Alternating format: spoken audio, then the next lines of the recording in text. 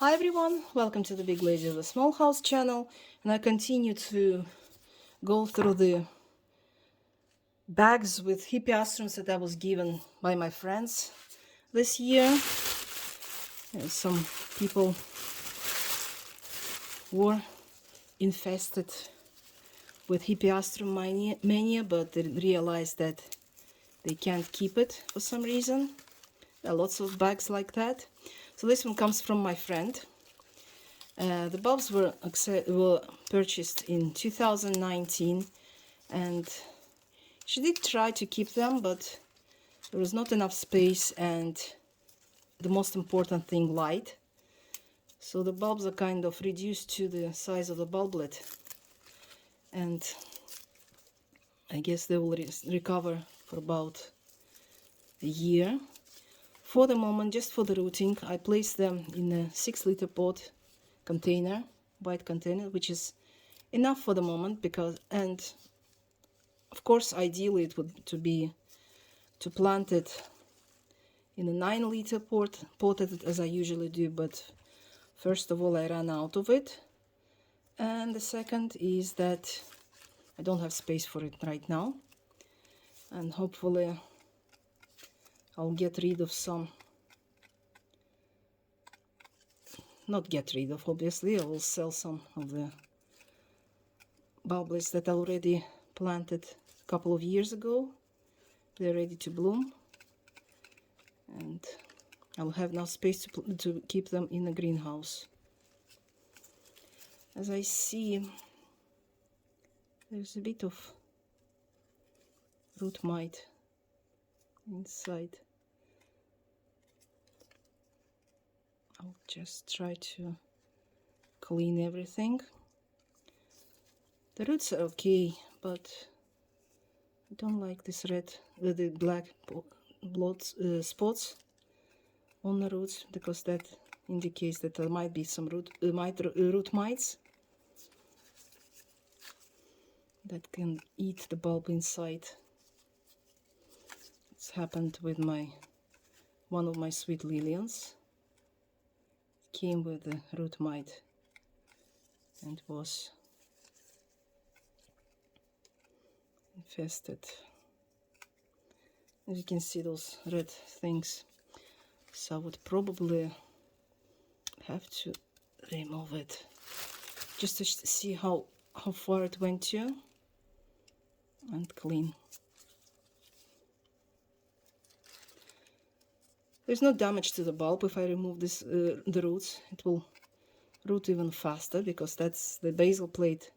When it gets too big, it prevents growing nice and healthy roots. In nature, the bulb itself sheds all the extra layers. I've seen it a couple of times in my greenhouse when I was repotting them. So the natural process is to get rid of it when the bulb feels it like this, and it stays in a pot for more than 2-3 years uninspected. So this is one.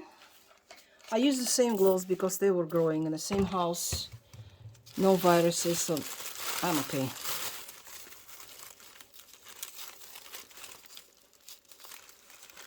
So one of them should be Marilyn, the other one should be Nymph. We'll see which one of them is rich.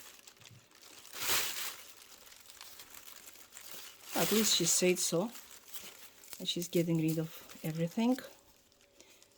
And she was buying at the same time with me, well, actually from the same source.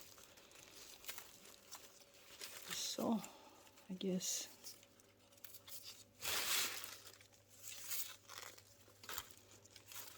I have to make sure there's no mites sitting under those dry scales. There's no rot. As you've seen from the previous video, there might be rot inside. There's actually no. Thought could be the flower stool, but no. But as you can see, those red dots, these are mite bites. That's why I'm cleaning everything, to make sure everything is nice, clean and healthy.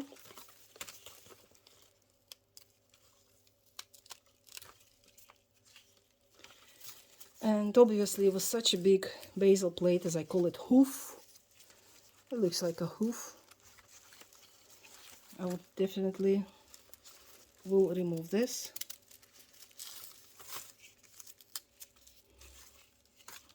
I might try to plant and get some bulblets, but not this time. So I've got so many hippeastrums from these hoofs that they're overtaking my greenhouse.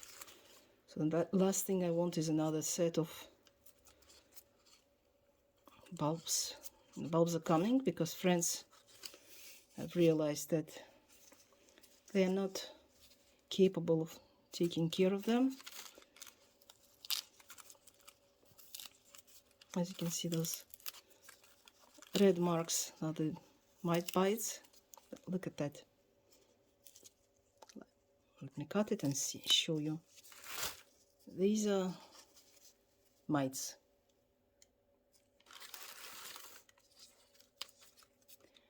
So I have to make sure everything is mite free. Even thought I will treat it with acaricide. I still have to remove the nests where they're sitting. So the white is fenproximat, which is kind of more or less safe for humans. Well, at least if I use it like this, I'm not breathing it in. It's not in dispersion. It's okay. It's safe.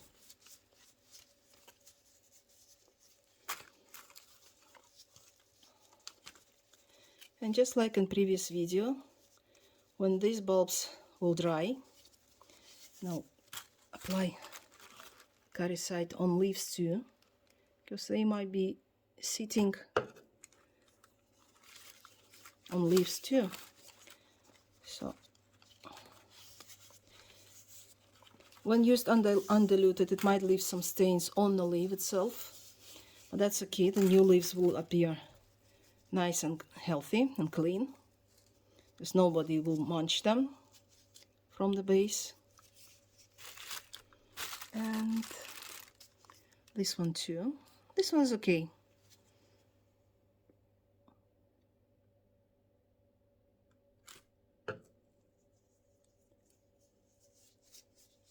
I guess this one will start rooting very soon, because you can see there's some already appearing. Even thought I chopped a bit. Actually, I might just tear these 3 leaves out. Something that I don't like to do, but I still have to, because they're affected by mites. But there's no mite inside, from what I see. Probably they just migrated from this to this bulb and just started eating it. So the bulbs will stay like this for about half an hour, and when they're dried, I will treat them with the fungicide Maxime from Syngenta, and another half an hour, and I'll put them in this container, and they will stay there for about till September, where I will separate them and plant them into individual pots where they can stay for over the winter. And because I've noticed that most of the time the bulb grows in winter, when it dries leaves, all the nutrients and water goes from the leaf to the bulb, and bulb accumulates all the nutrients for the blooming. So this pot is a temporary solution, and in September, October they will be repotted into individual 9-liter pots, and hopefully next year I will see them blooming. So that's it for today. Stay tuned. Bye.